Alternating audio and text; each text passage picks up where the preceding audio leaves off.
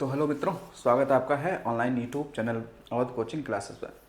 जैसा हम देखते हैं कि भारत का जो भूगोल विशेष है एसएससी जीडी में जो पीवाईक्यू जितने भी आए हुए सवाल हैं प्रीवियस क्वेश्चन, उनको हम पूरा एक जगह ही देख लेते हैं सब्जेक्ट वाइज के हिसाब से। ठीक है, तो आप यहाँ पे भूगोल के क्वेश्चन देखेंगे कितने 25, और उन 25 का आप अच्छे से एक्सप्लेनेशन आप देख पाएंगे।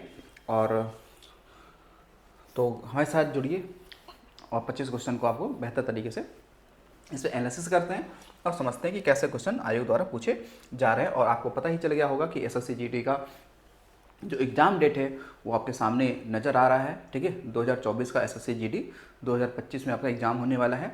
स्टार्ट है कब, तो आप देखेंगे 4 फरवरी से स्टार्ट है एसएससी जीडी का एग्ज़ाम और 25 फरवरी तक आपका हो जाएगा। ठीक है, तो एसएससी जीडी देख रही आपकी प्रक्रिया जो है काफ़ी तेज़ इसका चल रहा है। उधर आपका मेडिकल हो भी हो रहा है और फिजिकल भी हो रहा है, इधर एग्ज़ाम डेट भी आ गई है। तो यानी कि वैकेंसियाँ आती रहेंगी जाती रहेंगी, लेकिन आपको अपनी तैयारी बेहतर करनी है ताकि आपका सिलेक्शन जल्द से जल्द हो पाए। ठीक है, तो चलिए देखते हैं आज का हमारा पहला क्वेश्चन इसमें क्या है। देखिए पहला क्वेश्चन है कि कनिसॉल, ठीक है, कनिसॉल हस्तशिल्प भारत के निम्नलिखित में से किस राज्य से संबंधित है? जम्मू और कश्मीर, अरुणाचल प्रदेश, हिमाचल प्रदेश, उत्तर प्रदेश।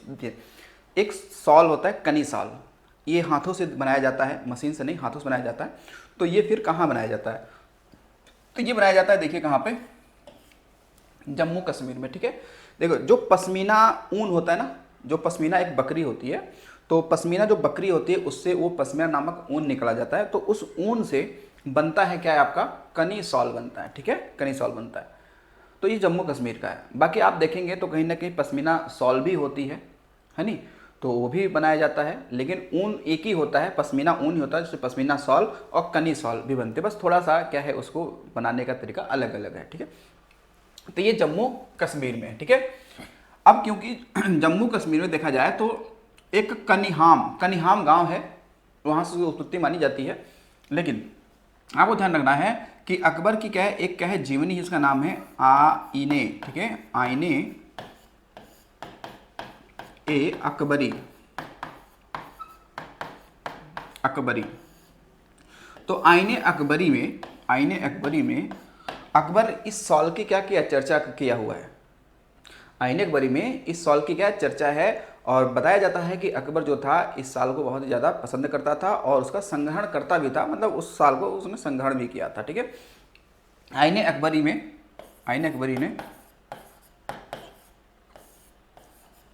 अकबर ने कनिसॉल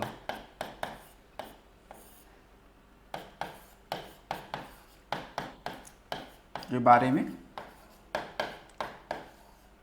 चर्चा की है। ठीक है, तो आईने अकबरी क्या है, ये है जीवनी किसकी, तो ये है अकबर की। किसने लिखी थी? अबुल फजल ने। ठीक है, ये किसने लेखक किसके कौन थे, वो है कौन, तो अबुल फजल, जो आगरा में इनका जन्म हुआ था। ठीक है, तो इन्होंने लिखा था आईने अकबरी। ठीक है, अकबरनामा, ये दो उनके पार्ट थे। चलिए अब देखिए, यमुना नदी निम्नलिखित में से किस राज्य से नहीं गुजरती है? तो कह रहा है नहीं गुजरती है। हरियाणा, उत्तर प्रदेश, गुजरात, उत्तराखंड। तो देखिए गुजरात में तो नहीं जाती है। ठीक है, ये निकलती कहाँ से, अगर निकलने की बात करते हैं तो ये निकली कहाँ पे, तो जो आपका उत्तराखंड है, यूके, यहाँ से ये नदी निकलती है और देखो ये आगे जाएगी। वहाँ पे सबसे पहले आप देखेंगे इस साइड में एक शहर पड़ेगा, कौन सा, दिल्ली पड़ेगा। फिर क्या होगा आपका, यहीं पे पड़ोस में आपको मिलेगा एक शहर, इसका नाम होगा HR, हरियाणा। और इसी के इस बगल में कौन सा होगा आपका, तो UP। ठीक है, क्या होगा, UP होगा। ठीक है, और UP में ही इधर से आ रही होगी क्या, गंगा, ये क्या है, गंगा। ठीक है, ये क्या है, यमुना। तो यमुना नदी यहाँ पर मिल जाएगी प्रयागराज में, किससे, गंगा से मिल जाएगी। ठीक है, तो ये देखें तो गुजरात तो नहीं नज़र नहीं आ रहा है, तो यानी यमुना नदी जो है उत्तराखंड, हरियाणा, दिल्ली, UP में क्या होती है, प्रवाहित होती है। तो उत्तराखंड में एक जगह है जिसका नाम है बंदर पूंछ से क्या होती है, ये नदी निकलती है, बंदर पूंछ से निकलती है। ग्लेशियर पूछे तो यमुनोत्री ग्लेशियर है, ठीक है, यमुनोत्री ग्लेशियर है। देखो डैश डैश पूर्वी पर्वत श्रृंखला के रूप में जानी जाती है, अरावली, काराकोरम, शिवालिक, पटकई पहाड़ियाँ। अब कह रहा पूर्वी, पूर्वी का मतलब हो गया कि ये भारत के पूरब में, पूरब क्षेत्र में होगा, तो अरावली है, काराकोरम है, शिवालिक है या पटकई है। देखो अरावली तो राजस्थान में है, काराकोरम ये आप देखेंगे लद्दाख वाले क्षेत्र में है, शिवालिक जो है ये हिमालय का पार्ट है, ठीक है, पटकई पहाड़ी जो है ये कहीं ना कहीं आप देखेंगे तो ये पूरब की ओर मिल जाएगी, ठीक है, कहाँ मिल जाएगी, पूरब की ओर मिल जाएगी, ठीक है।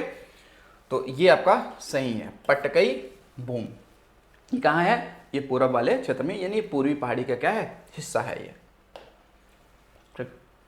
काटना एवं जलाना प्रकार की खेती को इस नाम से भी जाना जाता है, ठीक है, मतलब कौन सी ऐसी खेती है जिसमें पहले काटा जाता है, फिर उसको जला दिया जाता है, फिर उसकी जुताई की जाती है हल्की, फिर बीज बो जाते हैं और फिर फसल तैयार हो जाती है। स्थानांतरण या अस्थायी खेती, घन निर्वाह खेती, व्यापक खेती, व्यावसायिक खेती।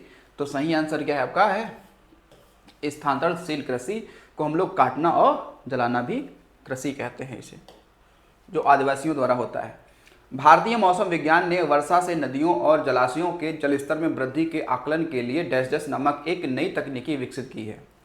भाई उसका क्या नाम, अंतर्देशीय आधारित दृष्टिकोण, प्रभाव आधारित आकलन दृष्टिकोण, पानी आधारित दृष्टिकोण या प्रभाव आधारित पूर्वानुमान दृष्टिकोण। इसका क्या आपका सही आंसर होगा, तो आप देखेंगे ये नीचे का जो है प्रभाव आधारित, क्या है, प्रभाव आधारित पूर्वानुमान दृष्टिकोण, ठीक है। तो जो भारतीय मौसम विज्ञान है जिसका मुख्यालय नई दिल्ली में है, ने वर्षा से नदियों और जलाशयों के जलस्तर में वृद्धि के आकलन, कि वर्षा अगर हुई है तो नदियों में और तालाबों में जलस्तर बढ़ा है तो कितना बढ़ा है, इसके लिए एक नई तकनीकी शुरू की है, उसका नाम क्या है, प्रभाव आधारित पूर्वानुमान दृष्टिकोण, ठीक है। तो अभी आपने देखा था कि जो आपका भूजल प्रबंधन के लिए एक हमने पोर्टल लॉन्च किया है, भू जल प्रबंधन हेतु क्या क्या है, एक हमने भू नीर क्या है पोर्टल लॉन्च किया है, ठीक है, पोर्टल लॉन्च किया गया है, तो ये ध्यान रखेंगे, भू पोर्टल लॉन्च किया गया है। चलिए अगला देखिए, अगला क्वेश्चन है कि 2011 की जनगणना के अनुसार किस भारतीय राज्य में सबसे कम जनसंख्या घनत्व है, मिजोरम में, अरुणाचल प्रदेश में, गोवा में या सिक्किम में। अब देखिएगा जनसंख्या घनत्व सबसे कम पूछ रहा है, तो वो है कौन सा, अरुणाचल प्रदेश, क्योंकि यहां पर देखेंगे तो कहीं कहीं 17 व्यक्ति प्रति किलोमीटर वर्ग में है, तो सबसे कम है, यानी 1 किलोमीटर के दायरे में कुल मिला के 17 लोग ही रहते हैं, मतलब दूर दूर रहते हैं, ठीक है। तो अगर ये सबसे कम है, ठीक है, ये क्या है, सबसे कम है, तो फिर सर्वाधिक कहाँ पे है, ठीक है। अगर सर्वाधिक पॉपुलेशन डेंसिटी की बात करें, सर्वाधिक आपका जन घनत्व की बात करते हैं, तो वो फिर कहाँ पे है, तो बताएंगे ये तो फिर बिहार में है, कहाँ पे है, बिहार में है, क्योंकि यहाँ पे लगभग देखेंगे तो मेरे हिसाब से शायद 1140 के आसपास में है, ठीक है, बिहार में सबसे ज़्यादा है, फिर पश्चिम बंगाल में है, ठीक है, ये है। लेकिन अगर हम लोग राष्ट्रीय अगर पूछ लेता है कि राष्ट्रीय जनघनत्व कितना है, राष्ट्रीय जनघनत्व कितना है, ठीक है, तो आपको ध्यान रखिए जो राष्ट्रीय जनघनत्व आप देखेंगे तो जैसे यूपी का कितना है, 829 है, और राष्ट्रीय स्तर का पूछ लेगा तो 312 के आसपास में आपका हो जाएगा, ठीक है। तो ये ध्यान रखिएगा आपको, ठीक है। चलिए अब देखिए फ्लोटिंग फूम डिश, फ्लोटिंग फूम डिश होता है, फ्लोटिंग फूम डिश भारत के किस राज्य में पाए जाते हैं, केरल में, जम्मू और कश्मीर में, उत्तराखंड में, मणिपुर में। तो ये पाया जाए कहाँ पे, मणिपुर में, ठीक है। मणिपुर में आप देखेंगे एक झील है लोकटक झील, लोकटक झील, तो लोकटक झील में आपको क्या है, एक केबुल लामजाओ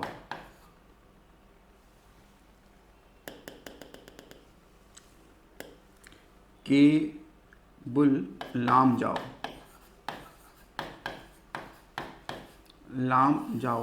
क्या आपका नेशनल पार्क है। ठीक है, ये तैरता हुआ, यानी विश्व का एकमात्र तैरता हुआ एक नेशनल पार्क है। और ये मतलब आप देखेंगे इस तरीके से कहीं ना कहीं एक तालाब मतलब झील है, लोकटक झील है। इस लोकटक झील में क्या है कि थोड़ा मतलब कह सकते हैं कि घास का क्या है, घास का क्या है एक ऐसे क्या है मैदान है। ठीक है, मतलब घास का क्या है, मतलब बड़ा घना घास का क्या है एक मैदान है। तो ये हमेशा तैरता रहता है। ठीक है, ये हमेशा तैरता रहता है। स्थानीय भाषा में ये जो घास के मैदान है ना, इसे ही कहते हैं क्या, इसे कहते हैं आपको फुमडिस। ठीक है, फुमडिस कहते हैं, फ्लोटिंग फुमडिस, तैरते हुए रहते हैं। ठीक है, इसी फुमडिस पर आपको मिलेगा क्या, यहाँ पे यही फुमडिस पर क्या मिलते हैं, संगाई हिरण बोलते हैं। क्या मिलते हैं, संगाई हिरण पाए जाते हैं। और ये जो हिरण होते हैं ये क्या करते हैं कि इस फुमडिस से इस फुमडिस पर, इस फुमडिस पे इस फुमडिस पर, मतलब वो घूमते रहते हैं। इसीलिए इनको डांसिंग डियर भी कहते हैं। ध्यान रखिएगा, संघाई हिरणों को क्या कहते हैं, इसे कहते हैं डांसिंग। ठीक है, डांसिंग डियर भी कहते हैं, क्योंकि ये लगता है डांस कर रहे हैं हिरण, इसलिए कहते हैं फुमडिस। ठीक है, तो लोकटक झील पूर्वोत्तर भारत की सबसे बड़ी मीठे पानी की झील है और भारत की दूसरी सबसे बड़ी क्या है, मीठे पानी की झील है, जो कि आर्द्र भूमि एक है, जो रामसर साइट में क्या है, लोकटक झील शामिल है। ठीक है, देखिए निम्नलिखित में से कौन सा दक्षिण भारत की सबसे लंबी नदी है, गोदावरी, नर्मदा, कृष्णा, तुंगभद्रा। तो मैंने अभी कुछ देर पहले बताया था आपसे उस वीडियो में कि सबसे लंबी जो है वो है कौन सी, गोदावरी। भारत की मतलब दक्षिण भारत की सबसे लंबी कौन सी है, गोदावरी। गोदावरी की लंबाई अगर देखेंगे तो लगभग कितनी है, तो ये है 1465 किलोमीटर। ठीक है, लगभग, क्योंकि नदियों की लंबाई एग्जैक्ट नहीं होती है, लगभग में ही होती है। नर्मदा की नदी की अगर बात करें तो ये क्या है, एक भ्रंश घाटी में बहने वाली क्या है, नदी है, भ्रंश घाटी में, जो अरब सागर में आके गिरती है। ठीक है, कृष्णा दक्षिण भारत की दूसरी सबसे लंबी नदी है। कृष्णा क्या है, ये सेकंड सबसे लंबी नदी है। ठीक है, सबसे लंबी नदी है कहाँ का, तो कहेंगे साउथ इंडिया की। तो साउथ इंडिया की क्या दूसरी सबसे लंबी नदी है, और पहली कौन सी है, तो गोदावरी है। ये आपको ध्यान रखेंगे। तो तुंगभद्रा नदी आपने पढ़ा है।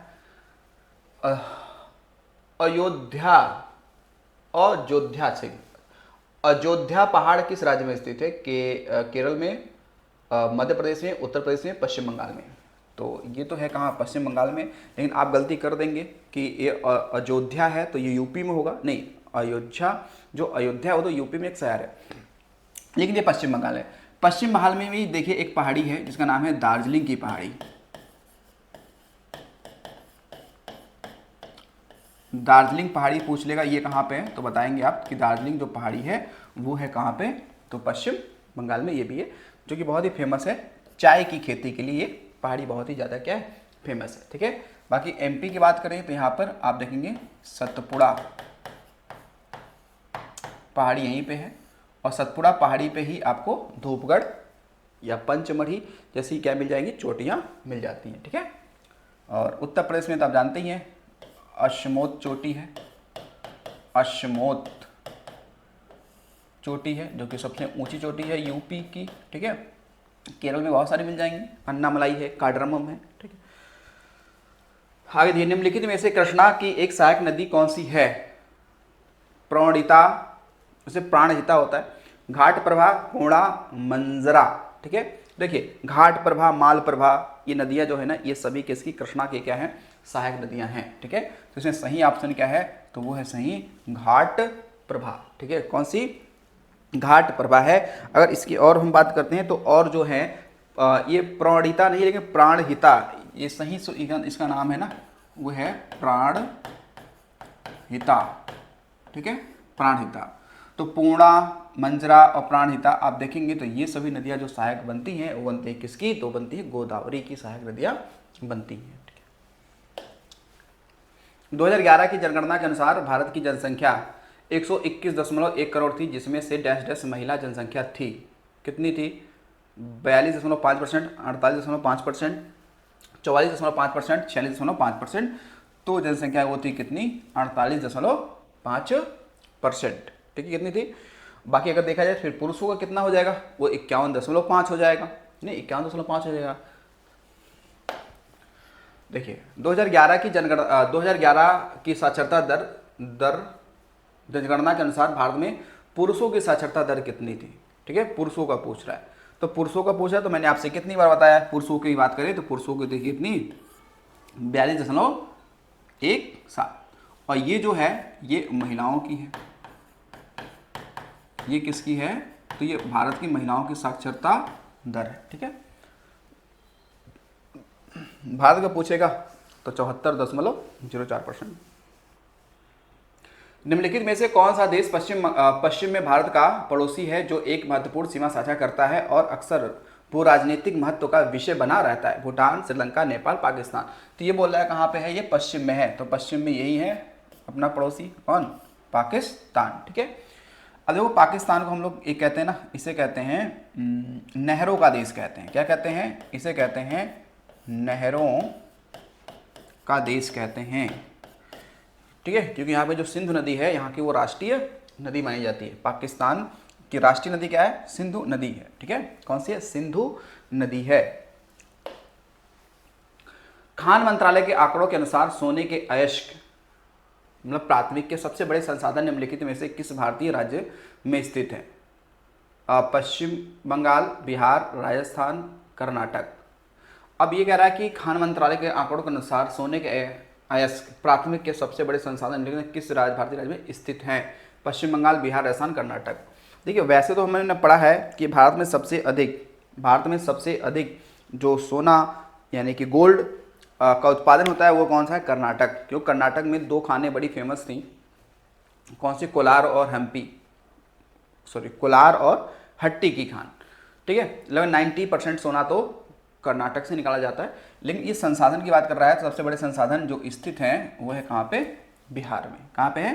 बिहार में। बाकी कर्नाटक की बात करते हैं तो ये ध्यान रखिएगा कि सर्वाधिक ये क्या है? सोना उत्पादित राज्य है। ठीक है, क्योंकि यहाँ पे दो खानें बड़ी फेमस हैं, एक कौन सी? एक कोलार की खान और एक है हट्टी की खान। हट्टी की खान, ये दोनों खानें किसकी हैं? तो सोने की हैं। ठीक है, गोल्ड की। अगला देखिए भारत की 2011 की जनगणना के अनुसार डैश डैश जनसंख्या के अनुपात में 0.2 pp की गिरावट आई है। प्रतिशतता अंक यानी प्रतिशतता जो पॉइंट है, अंक है, गिरावट आई है। बौद्ध, सिख, मुस्लिम, हिंदू।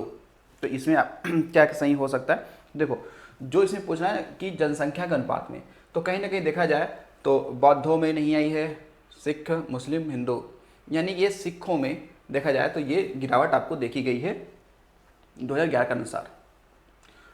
भारत की 2011 की जनगणना के अनुसार अखिल भारतीय स्तर पर वयस्क 15 साल से ऊपर साक्षरता दर कितनी है?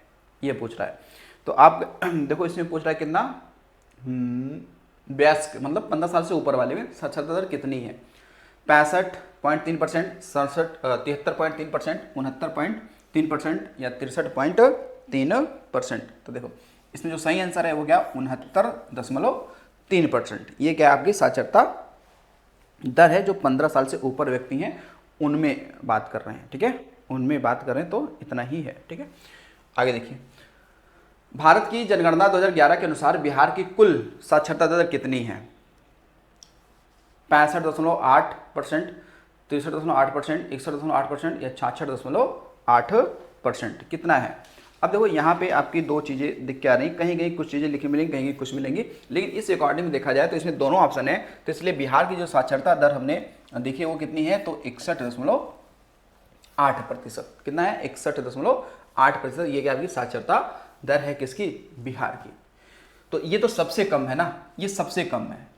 ये क्या सबसे कम है? सबसे अधिक किसका है? तो है केरल का। साक्षरता दर सबसे अधिक किसका है? केरल का। ध्यान रखेंगे। तो ये आंकड़े हैं, थोड़ा आपको ध्यान रखना पड़ेगा। हाँ, ये देखो कितना अच्छा सवाल है कि 1947 में स्वतंत्रता के समय भारत की साक्षरता दर कितनी थी। देखो ये इंपॉर्टेंट सवाल है, लेकिन बहुत ही कम लोगों को ध्यान जाएगा कि भाई जब जिस समय देश आज़ाद हुआ था उस समय हमारे भारत में कितने लोग पढ़े लिखे थे, यानी कि 100 लोगों में कितने लोग पढ़े थे। तो 100 लोगों में क्या 34 लोग थे, 12 लोग थे, 25 लोग थे या 23 लोग थे। तो इसका अगर हम बात करें तो भारत में जब आज़ाद हुआ तो उस समय साक्षरता दर थी वो कितनी थी? 12% थी, यानी कि 100 लोगों में से 12 लोग ही पढ़ा लिखा हुआ करता व्यक्ति था 1947 के आसपास में देखा जाए। लेकिन वर्तमान में कितना है? वर्तमान में 74.04%, यानी लगभग माने 74%, यानी 100 में से 74 लोग तो पढ़े लिखे हैं भारत में, लेकिन उस समय 12 ही लोग थे। भारत की छठी आर्थिक जनगणना निम्नलिखित में से किस वर्ष से आयोजित की गई थी? ठीक है, तो ये कह रहा है छठी, 2017 से, 2009 से, 2019 से या 2013 से। तो आपको इसमें क्या सही लग रहा है? तो आप देखेंगे जो छठी आर्थिक जनगणना हुआ वो हुआ 2013 से शुरू हुआ। कब से हुआ? 2013 से शुरू किया गया था। ठीक है, चलिए अगला देखिए। अगला है कि निम्नलिखित में से कौन से वर्ष की जनगणना भारत की 14वीं जनगणना थी?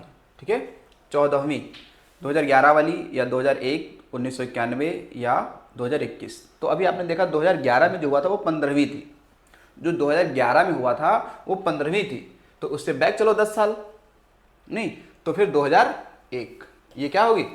14वीं हो जाएगी, ये तो हो जाएगी ना, 2001 में 14वीं हो जाएगी। ठीक है, तो आपने देखा था हमारी जनगणना हमारा भविष्य, ये क्या था? 2011 जनगणना का क्या था आपका? कहीं ना कहीं एक कह सकते हैं नारा था, हमारी जनगणना हमारा भविष्य।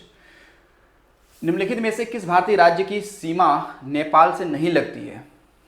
अच्छा सवाल है। असम, उत्तराखंड, पश्चिम बंगाल, उत्तर प्रदेश। तो देखिए कह रहा है कि नेपाल से सीमा नहीं लगती है। तो नेपाल से अगर सीमा नहीं लगती है तो वो फिर कौन है? तो वो है आपका असम। तो नेपाल से तो नहीं लगती है। तो नेपाल से सीमा अगर बात करें, भारत की सीमा नेपाल से कितने? 5 राज्यों की सीमा लगती है, 5 राज्यों की सीमा लगती है। तो 5 राज्य कौन कौन से? तो देखो, एक है उत्तर प्रदेश जो कि सबसे लंबी है, कुछ लोग मानना बिहार है, लेकिन मेरा मानना उत्तर प्रदेश है। बिहार है, फिर उसके बाद में आप देखेंगे तो इसमें कौन सा हो जाएगा? उत्तराखंड यानी यूके हो जाएगा। फिर क्या हो जाएगा आपका? तो दूसरा आपका हो जाएगा पश्चिम बंगाल हो गया, उत्तराखंड हो गया, उत्तर प्रदेश हो गया, वेस्ट बंगाल यानी कि पश्चिम बंगाल, और दूसरा क्या आपका है? सिक्किम। ये 5 हो गए। कितने हो गए? ये टोटल 5 हो गए। ठीक है, तो लगभग यूपी से लगती है वही 579 किलोमीटर, लगभग 580 किलोमीटर मान सकते हैं आप। ठीक है, इतनी लगती है, 5 लगती है। और टोटल लंबाई कितनी है भारत की जो नेपाल से लगती है? वो लगती है कितना? 1751 किलोमीटर। ये 5 राज्यों की सीमा टोटल इतनी है। ठीक, तो देखिए निम्नलिखित में से किस शहर में भारत का पहला चंदन संग्रहालय स्थापित किया जा रहा है? मैसूर, बेंगलुरु, पटना, हैदराबाद। चंदन जानती हैं? चंदन जैसा आपने पढ़ा होगा, खासकर एक होता है रेड चंदन, जो कि आपको कहाँ मिलेगा? आंध्र प्रदेश के जंगलों में मिलेगा। 4-5 ऐसे जिले जहाँ मिलेंगे। लेकिन बाकी चंदन की बात करें तो सबसे अधिक चंदन के जो वृक्ष या वन पाए जाते हैं वो कर्नाटक में पाए जाते हैं।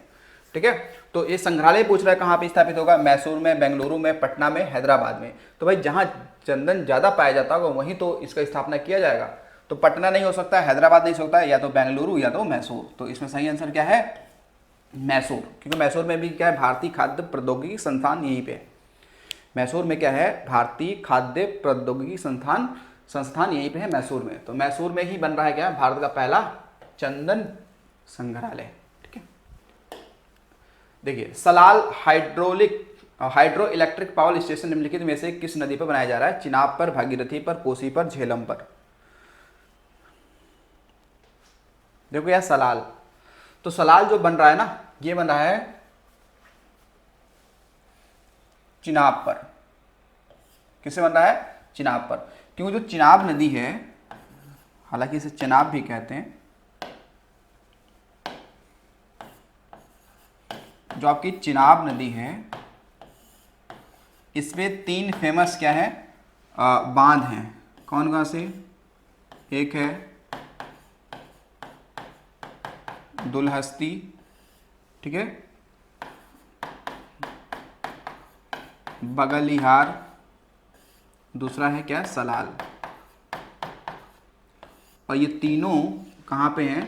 तो ये तीनों आपके जम्मू और कश्मीर में, ठीक है। तो जम्मू कश्मीर के अभी पहले नए सीएम कौन बने हैं? जब ये यूटी बना है उसके बाद, ठीक है। तो उमर अब्दुल्ला बने हैं नए सीएम इसके अभी, ठीक है। तो ये ध्यान रखेंगे ये चिनाब नदी पे। अगर झेलम की बात है, झेलम पे भी तो 1-2 क्या हैं आपके बांध हैं। उसका क्या क्या नाम है? एक है आपका है उरी बांध, उरी व तुलबुल बांध, 2 है, दोनों जम्मू कश्मीर में है। निम्नलिखित में से कौन सा हवाई अड्डा अंतर्राष्ट्रीय उड़ानों पर यात्रियों के लिए ई बोर्डिंग सुविधा शुरू करने वाला पहला भारतीय हवाई अड्डा बन गया है? दाबोलिम हवाई अड्डा। तो दाबोलिम ये तो गोवा में है ना, ध्यान रखना। ये कहाँ पे है? ये गोवा में है। इंदिरा गांधी अंतर्राष्ट्रीय हवाई अड्डा ये दिल्ली में है। कहाँ पे है? ये दिल्ली में है। हैदराबाद वाला तो हैदराबाद में है। सरदार वल्लभ भाई पटेल तो ये आप देखेंगे तो ये गुजरात वाले में है। लेकिन बना कौन सा इसमें अगर ये आपसे पूछे तो आपका कौन सा? तो जो हैदराबाद में है, हैदराबाद यानी कि ये तेलंगाना, ठीक है। तो जो ये गुजरात में है,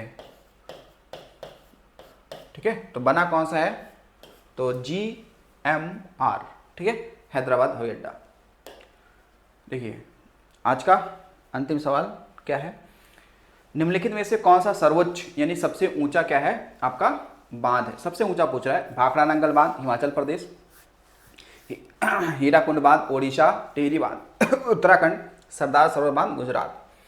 तो ऊंची की बात करेंगे तो ये फिर कौन सा है? टिहरी बांध है, ठीक है। कौन सा है? टिहरी बांध है, जो कि भागीरथी और मंदाकिनी की बात करते हैं तो भागीरथी और भिलांगना नदियों के संगम पे ये है, उत्तराखंड में सबसे ऊंचा है, ठीक है। हीराकुंड की बात करेंगे तो ये क्या है आपका सबसे